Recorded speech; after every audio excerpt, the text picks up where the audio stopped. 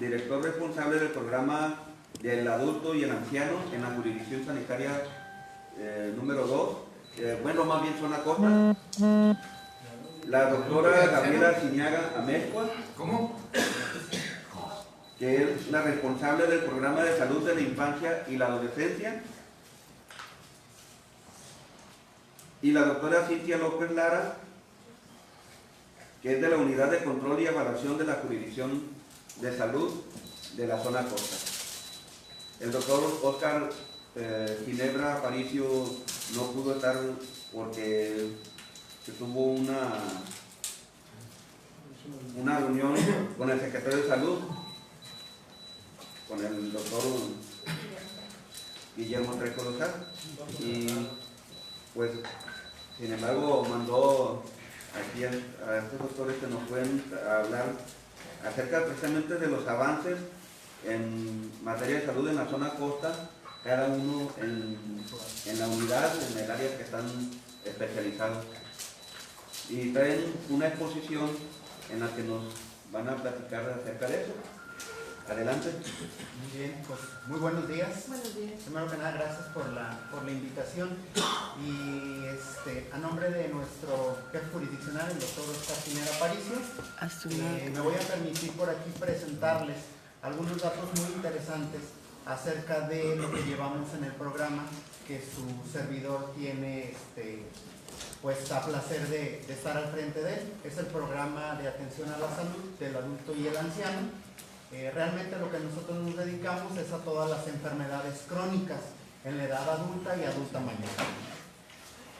Les pediría que cualquier dato, cualquier duda por ahí que tengan, al momento podemos solucionarlo o aclarar los puntos.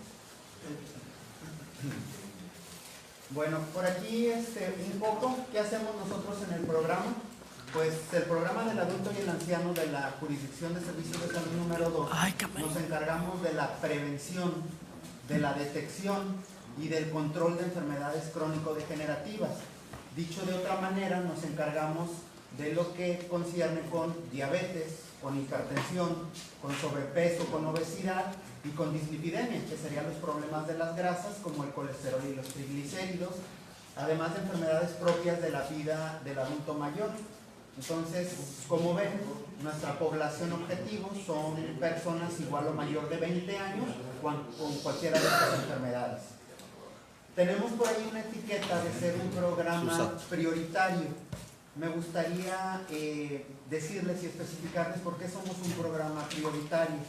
Se denomina así en la Jurisdicción de Servicios de Salud y a nivel nacional porque va en base a la epidemia de obesidad infantil y adulta, que no solamente ataca a México, sino también pues a todo el mundo. Tenemos los datos nada orgullosos de ellos a nivel mundial de tener la población con el primero y segundo lugar con obesidad infantil y en la vida adulta respectivamente. Entonces, pues México paramos el dedo realmente con esto y es una situación apremiante para ello, en el cual la estadística nos dice que 7 de cada 10 mexicanos podemos llegar a tener sobrepeso u obesidad. El aumento de la mortalidad cardiovascular.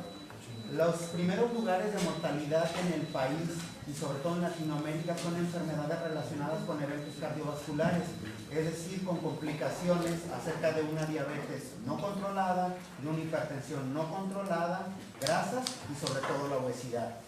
Y la otra, pues como consecuencia de los adelantos en la ciencia, así como el aumento de la esperanza de vida en México, pues lógicamente el adulto vivimos más y la probabilidad de enfermar de este tipo de patologías es mucho más probable. Aquí hay algo más, por la gran cantidad de pacientes a los que brindamos atención, realmente cerca del 75 al 80% de las atenciones en el nivel de salud realmente son por patologías o por enfermedades crónicas, por lo tanto son enfermedades que necesitan de nuestra mega atención. Por el incremento de casos nuevos, antes decíamos, ¿quién va a enfermar de enfermedades crónicas, de diabetes, de hipertensión? Esperábamos una persona con 45, con 50 años, pero en la actualidad tenemos gente dentro del rubro de los 20, los 30 años que ya presenta estas patologías. Entonces la probabilidad de complicarse a una edad mucho más temprana es mucho mayor. Entonces es alarmante este punto.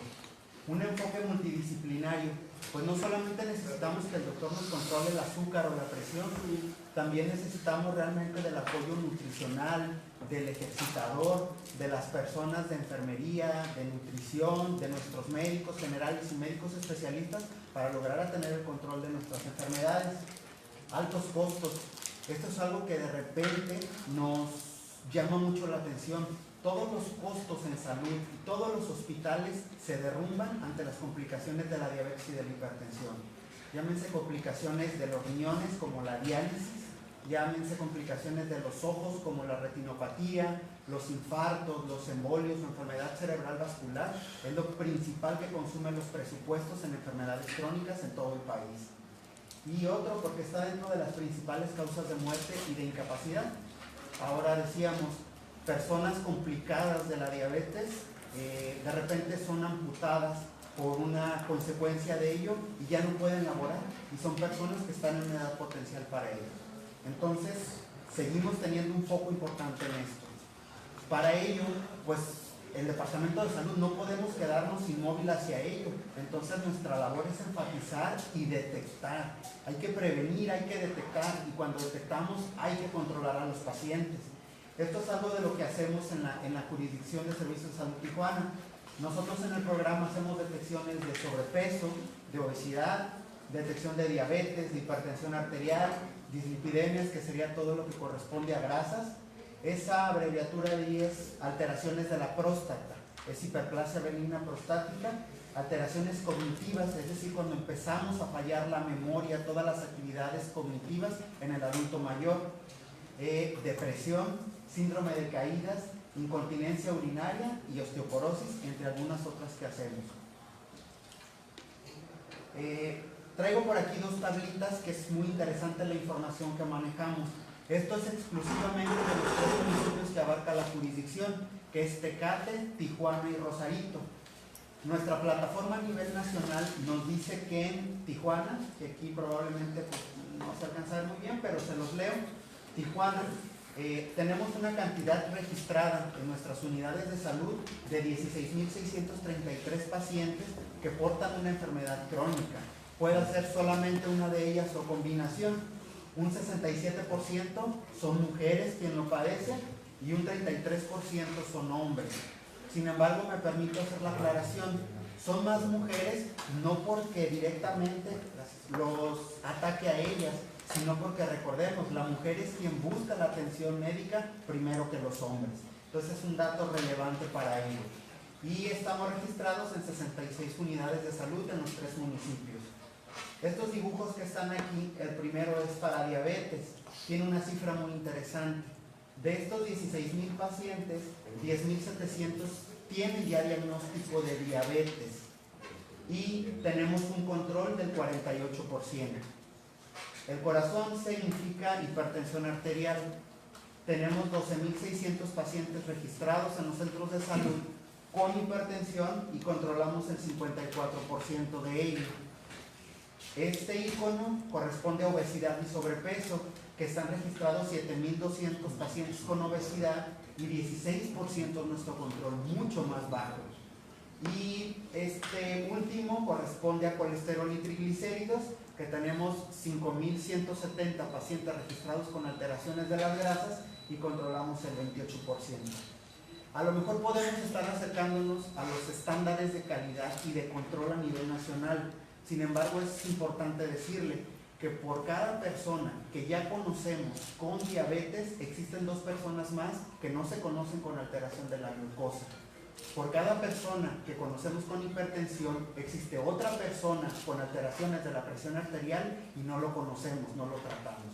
Entonces, de ahí sería realmente pasar y transmitir esta información y decirles, es importante difundir esto, es lo que hacemos, pero también recordarle a la población que acudan a las unidades de salud, que el servicio es gratuito, que no es doloroso, que está accesible todos los días para que lleguen, se chequen y hagan sus detecciones propias. Doctor, ¿a qué se refiere cuando dice controlar? De los porcentajes de ahí.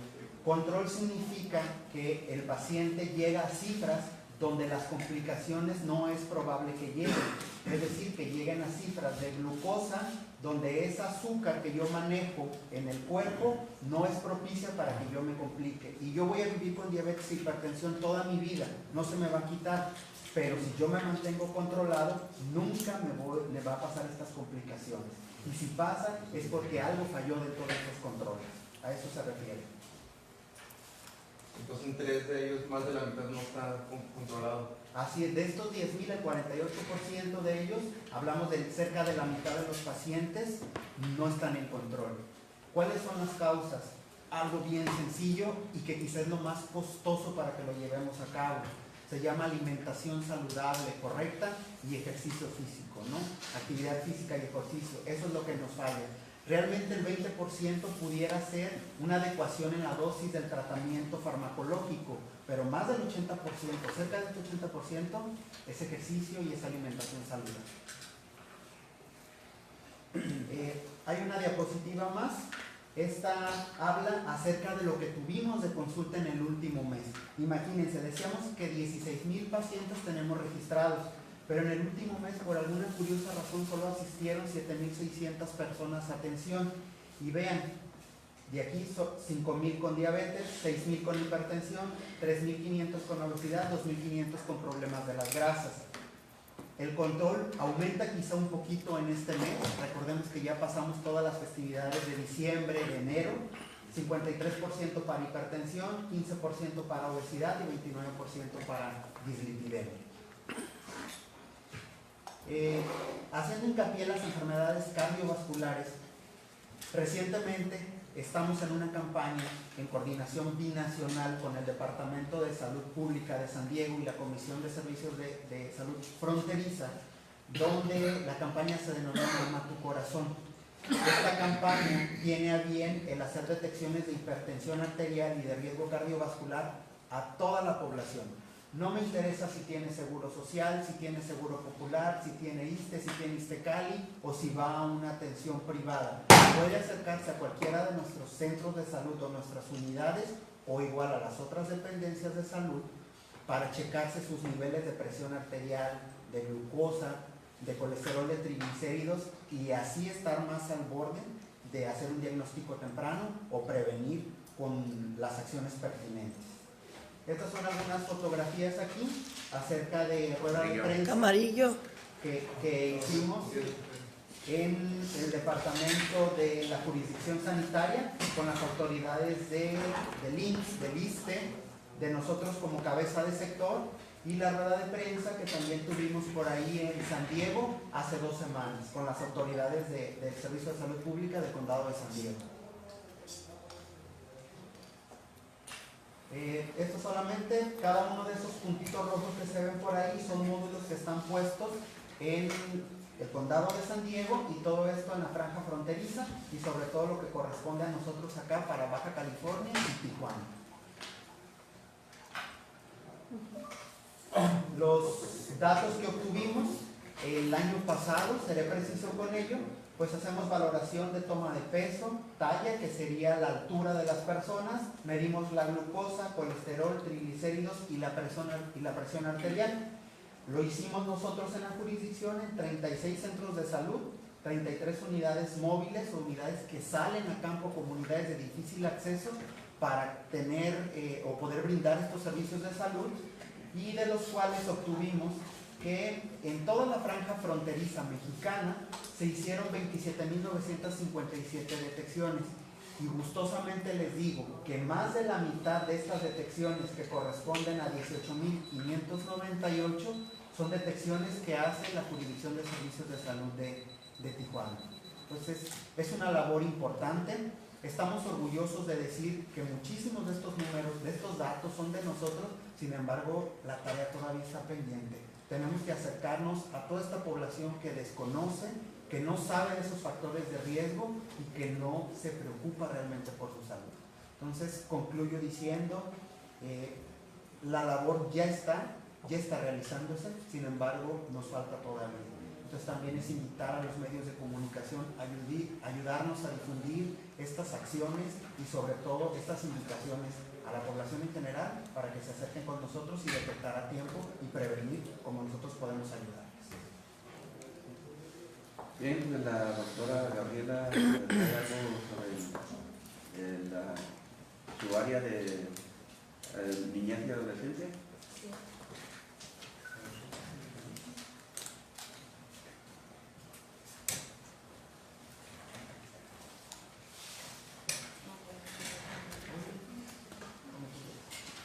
Bueno, pues buenos días. Muchas gracias por la invitación.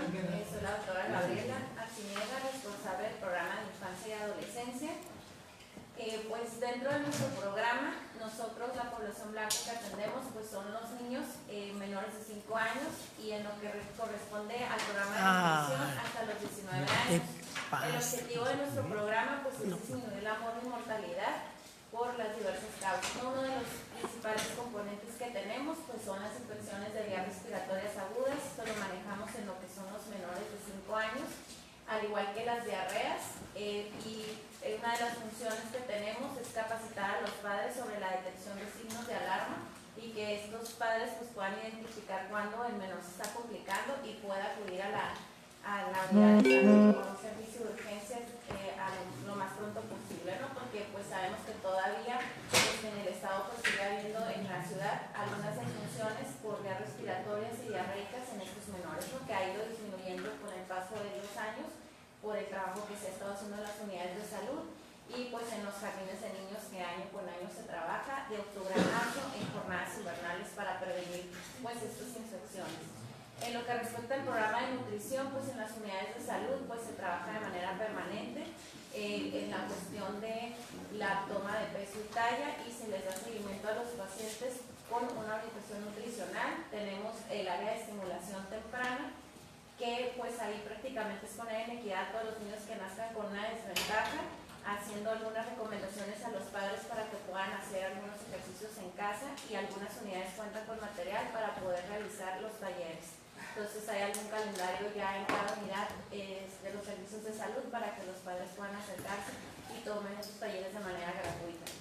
En lo que corresponde a cáncer infantil, pues ahí la parte fuerte pues la lleva Hospital General, pero en lo que corresponde a la parte preventiva, dentro de las unidades de salud hay una cédula que se maneja para poder hacer la identificación de algunos signos que pudieran orientar que pudieran desarrollar algún tipo de cáncer. Al momento de realizarla en la consulta, por cualquier causa que pueda acudir el menor, pues se puede referir a segundo nivel para poder descartar si el niño tuviese algún cáncer, ¿no? La cuestión de mortalidad infantil, pues es parte de nuestros componentes, pues lo que trabajamos con IRAS y ERAS, que son las infecciones respiratorias agudas y diarreicas. Trabajamos mucho en la prevención, tanto en las unidades de salud como extramuros por parte del programa. Por medio de la Secretaría de Educación tenemos un calendario y acudimos cada viernes a los kinders a capacitar a los padres, dar consulta pediátrica y vacunación para los niños y los adultos. En esta temporada, apenas en marzo, ya vamos a concluir. Violencia y maltrato infantil, pues tenemos ahí en las unidades de salud, se llevan algunos talleres a cabo para hacer la detección, y adolescencia pues se trabaja directamente en las escuelas con los grupos de adolescentes promotores de salud, que ellos pues son capacitados por personal en las diversas áreas y están formados los grupos y anualmente se hace una jornada masiva. Aquí en lo que corresponde a vacunación, pues es uno de los programas que es de los que les voy a hablar, prioritarios que tenemos dentro de nuestros componentes, y pues se puede decir que no el más importante, no le voy a quitar el mérito a los demás, pero sí ahorita que estamos vamos a iniciar la campaña, pues sí les voy a hablar qué es lo que hacemos dentro de él. Este programa pues prácticamente trabaja extramuros, hay brigadas de vacunación que se dirigen a las unidades pues más vulnerables. Podemos ver aquí algunas imágenes que ellos acuden a lo que son las escuelas, los sobre ruedas, áreas donde tienen difícil acceso a los servicios de salud. Realizamos 3 campañas al año para reforzar y para completar esquemas de vacunación que están incompletos. La primera campaña va a iniciar ya, que es en febrero, la segunda campaña es en mayo y la tercera es en octubre. Entonces, pues ahorita ya estamos a unos días de iniciar. Nuestra semana va a iniciar el 23 de febrero al 1 de marzo. Nuestro lema es: por el bienestar de tu familia en México, pues hay que vacunarlos, ¿no? En esta ocasión La primera dosis se va a dar el 25, pero generalmente en esta semana pues son trabajos muy arduos que estamos realizando, vacunando tanto los centros educativos como a niveles de las unidades de salud. El objetivo de esta semana pues más que nada es mantener el control y eliminar o erradicar las enfermedades prevenibles por vacunación. Estas acciones pues, se van a efectuar en corto periodo de tiempo para lograr un impacto epidemiológico deseado, ¿no? Entonces estas acciones se hacen en una semana y estamos incluidos todo el sector, no nada más nosotros como cabeza de sector, pero pues incluye el ICISTECAL y todas las dependencias.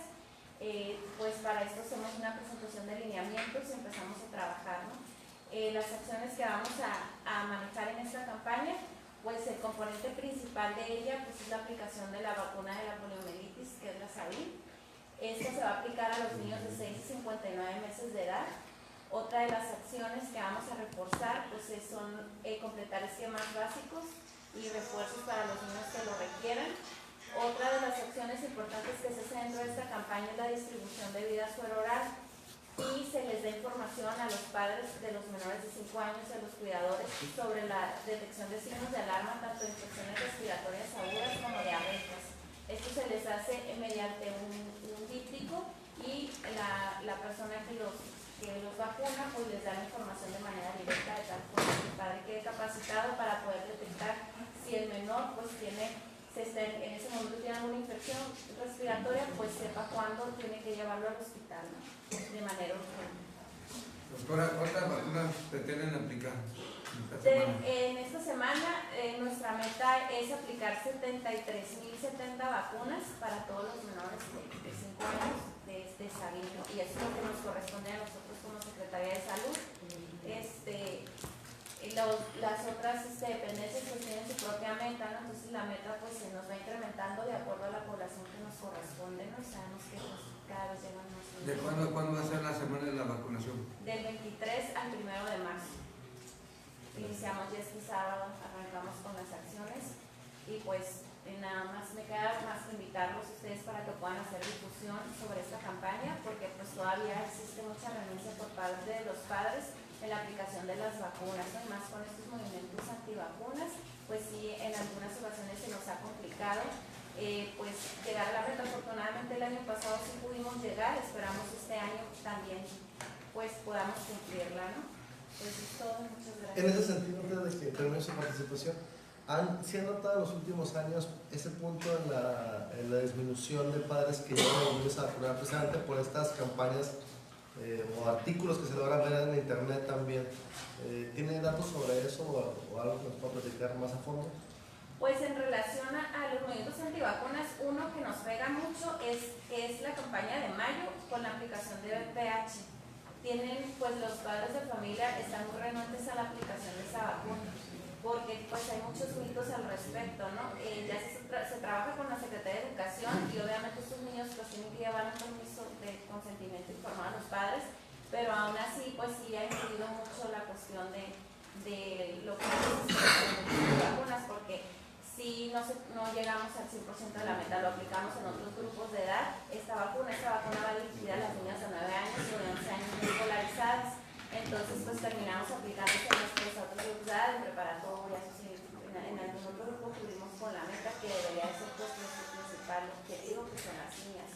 Pero sí ha afectado bastante, podríamos decir que, no sé, ha reducido en lo que respecta a esa vacuna, pues solamente el 60% de las niñas de 70 se vacunan. ¿El nivel primario? El nivel primario, así es. ¿Y cuál sería el mensaje para desmitificar precisamente los riesgos que existen sobre esto? Pues en realidad, más que nada que la población comprenda que son más los beneficios que le va a otorgar una vacuna que los no beneficios, ¿no? Y que pues sí deberían de informarse un poquito más antes de negar el permiso a sus hijos.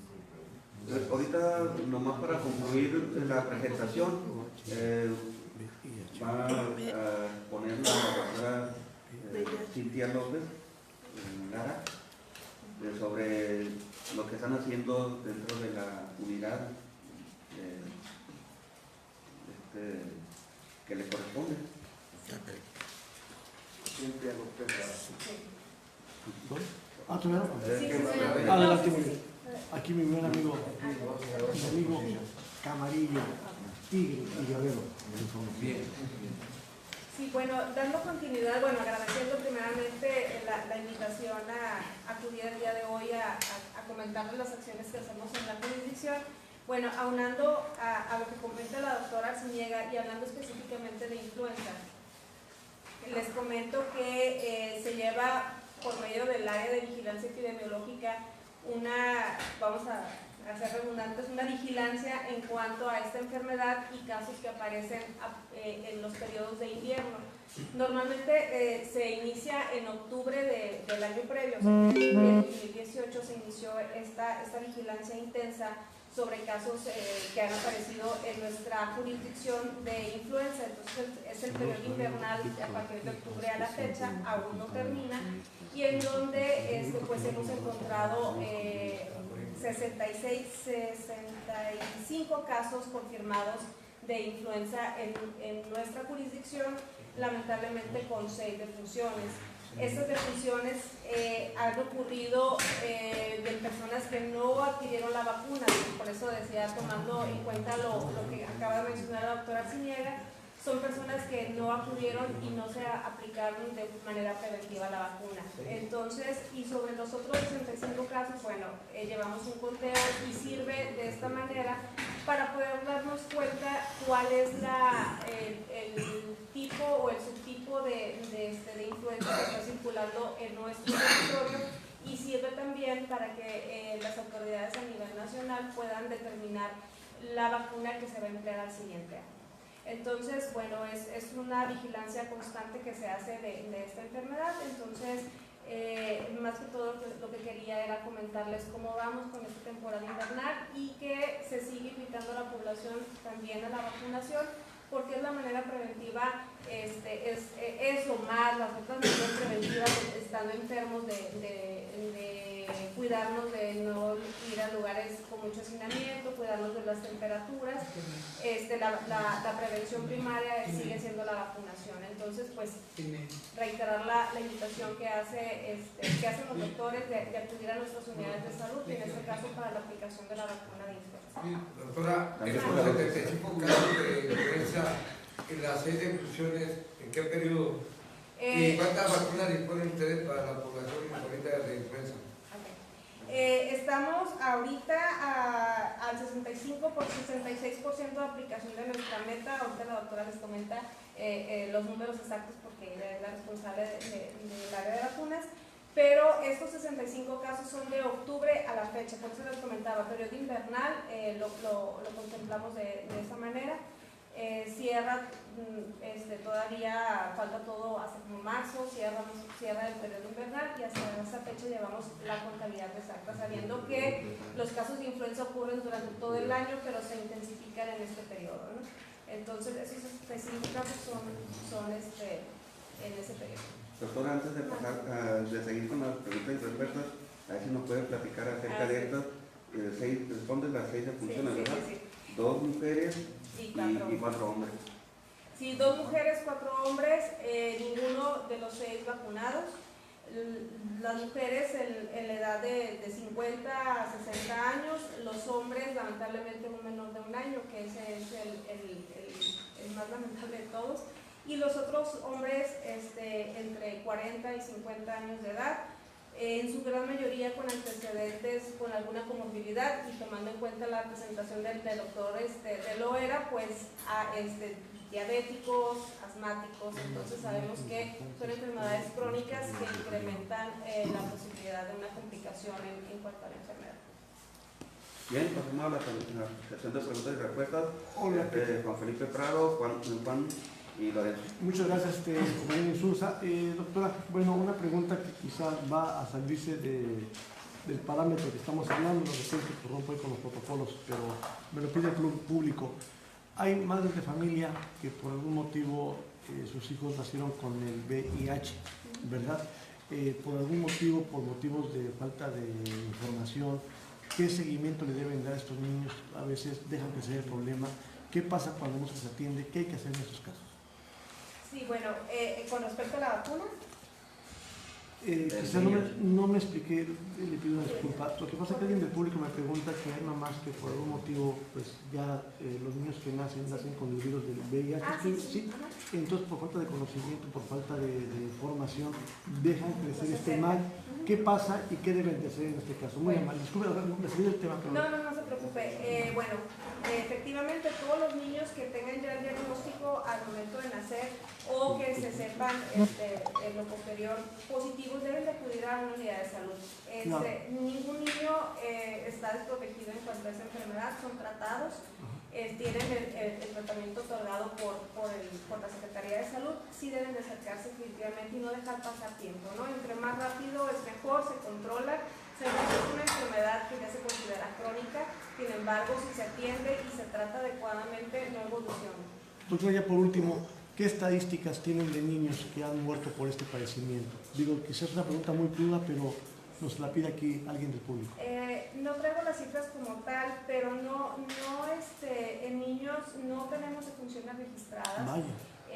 Porque precisamente se diagnostican desde el nacimiento, ¿no? Entonces son tratados y no hemos tenido fatalidades por esta enfermedad. Las que han ocurrido son normalmente en adultos y que sabemos que es una enfermedad de muy larga evolución y que también se complica con algunas comorbilidades, pero en niños no tenemos cifras. Bueno, muy amable, gracias. Bueno, Juan Ojeda y Lorenzo Garibay, Daniel. Buenos días. ¿Qué nos puede decir respecto a la alerta que lanzó la CONAVE a nivel nacional del sarampión? ¿Cómo estamos aquí en Baja California y más aquí en Tijuana respecto al sarampión y qué tan cierta es la alerta que se generó? Sí, es muy cierta. Ocurrió el fin de semana. Se encontró un caso importado de sarampión de una paciente en Nuevo León que acudió a Francia. Sabemos que todo el continente europeo ya tenemos todo 2018 con una alerta epidemiológica en casos de sarampión. Ellos están muchísimos de los países de Europa y algunos de África están en epidemia por sarampión. En nuestro caso, el último anterior a tuvimos 5 casos en el 2018, todos asociados a importación, no hemos tenido ningún caso local. Eso habla muy bien de nosotros, sin embargo, la vigilancia epidemiológica de esta enfermedad es constante en todas las unidades de salud de todo el sector. Se hacen redes, incluso que le llamamos redes negativas, en donde se está hablando a todas las unidades de salud para la vigilancia de esta enfermedad. No hemos tenido ningún caso local gracias a la vacunación. Sin embargo, si bajamos la guardia con la vacunación y la vacuna que se aplica a los niños de 1 y 6 años, que es precisamente contra el sarampión, pues sí podríamos tener riesgos, ¿no? Entonces aquí nuevamente va la invitación a la vacunación para no presentar ningún caso local. Aquí en Baja California el último caso que tuvimos fue un caso importado y fue el año pasado por estas fechas. Igual fue por una mujer que acudió de vacaciones a Italia y allá se contagió, entonces llegó aquí se detectó, se contuvo, no hubo más enfermos, o sea, no hubo contagios. Eso habló muy bien de la prontitud con la que se atendió a la paciente. ¿Y en adultos? En adultos fue esa del año pasado importado. Nosotros no tenemos casos aquí en nuestro estado desde hace más de 10 años. Para concluir nada más la pregunta, ¿va a ser la alerta aquí en Baja California, en nuestra entidad? ¿Cuáles son los protocolos a seguir? Los protocolos es la vigilancia de todas las unidades de salud de todo el sector en cuanto a posibles casos. O sea, ante un posible caso se notifica inmediatamente y se hacen acciones, se toman muestras para verificar o no, se pregunta el antecedente de viaje, principalmente porque ahorita más que todo sería un antecedente de viaje a los lugares donde sabemos que está presente la enfermedad. Otra es la invitación a la vacunación. En realidad nosotros tenemos que tener cubiertos a nuestros niños en esa vacuna en específico, y también si se sabe que personas van a viajar, o sea, los turistas que van a viajar a las zonas endémicas, sí acercarse a las unidades de salud para ver la posibilidad de aplicar la vacuna si es que no la tienen. Como Lorenzo Garibay salió tantito, sigue Daniel. Me llamó la atención los porcentajes que mencionan al principio de los niveles de control y que está bajo el de obesidad en particular, que es el 16.3%, me recuerdo, y que menciona que tenemos una epidemia de obesidad infantil y de adultos. Entonces, ¿qué áreas de oportunidad ven ustedes ahí? Y si hacen algún tipo de trabajo o colaboración con otras dependencias como el INDE o los institutos municipales de deporte de toda Baja California para hacer unir fuerzas o algo, porque parece ser que mencionan que sí tienen programas de nutrición, pero algo con el deporte en sí para que, pues digamos, ayuden a mitigar esta epidemia. Sí, efectivamente, el rubro de sobrepeso y obesidad es algo de lo que más nos duele y donde menos controlamos. Sin embargo, ya lo decíamos, cosas que pudiéramos decirlo son tan sencillas como la alimentación saludable, el escoger los grupos de alimentos, las porciones, dejar alimentos de preparación rápida, grasas, el exceso de azúcares o de carbohidratos, impactan realmente en esto. Y el otro que menciona, muy importante también, el ejercicio, la actividad física. Nosotros en las unidades de salud damos las recomendaciones y la instrucción para que realicen ello. Sin embargo, claro, no somos ajenos a tener la vinculación con algunas otras dependencias de gobierno.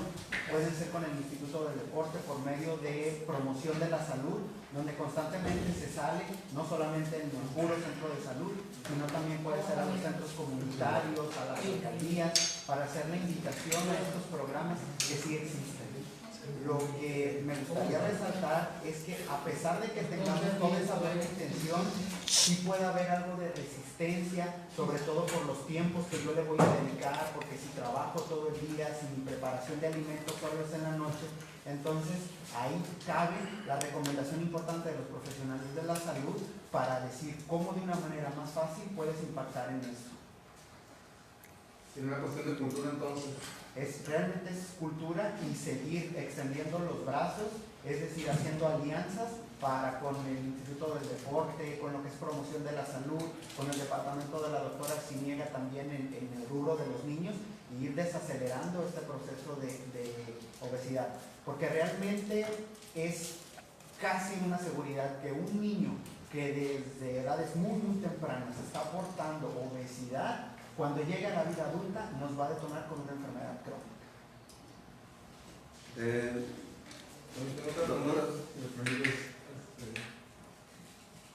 ¿Sí? ¿Alguna otra? Sí, comenta que en las labores que va a hacer la doctora Gabriela, ¿no? Que va a hacer para que las madres puedan detectar si los niños tienen diarrea o infecciones respiratorias.